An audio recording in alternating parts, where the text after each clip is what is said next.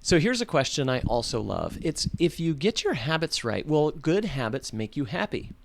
And if that connection is so clear, then is it possible to actually pursue happiness and make happiness a habit?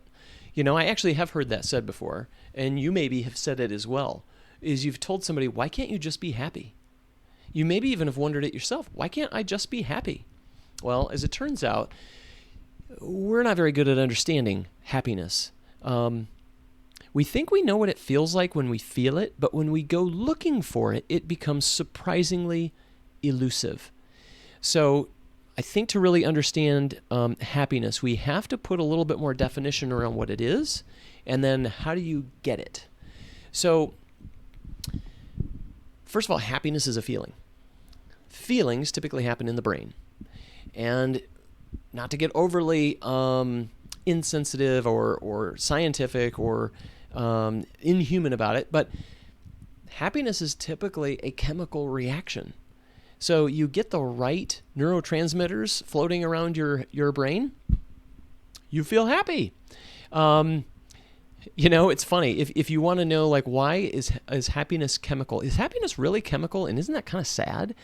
Think about laughing gas. You put the gas on somebody, you tell them something, and suddenly they're laughing. Are they happy? Well, so that's where happiness gets kind of interesting. Is happiness experiencing laughter? Well, I actually know lots of people who have laughed at things who've been deeply sad and troubled. And as it turns out, it was several years ago, but I got to attend an event over at Emory University, and one of the faculty members had done extensive happiness research. I may look it up and attach it to this post.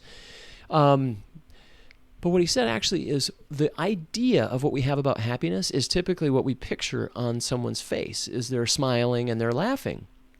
However, if you look at mental health, among all the various ranges of emotion, happiness isn't actually always aligned with positive mental health.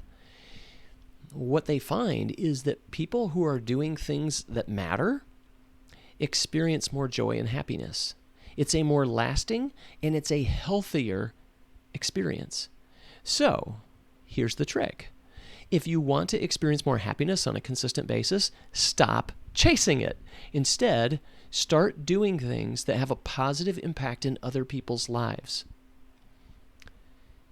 Doing the things that positively impact other people, it brings us joy.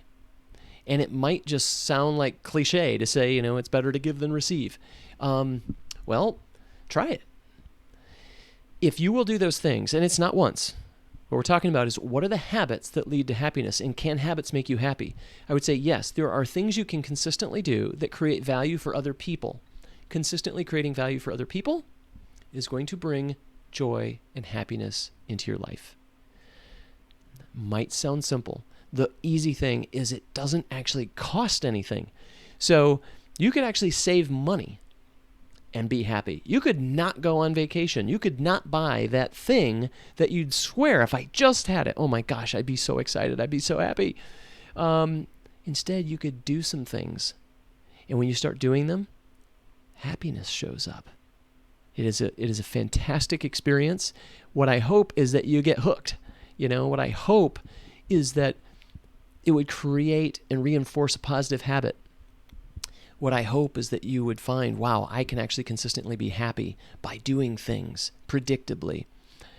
However, I often say, and you've heard it before, hope is not a strategy. So don't rely on unconscious behaviors like your average habits to produce happiness. Instead, build a routine.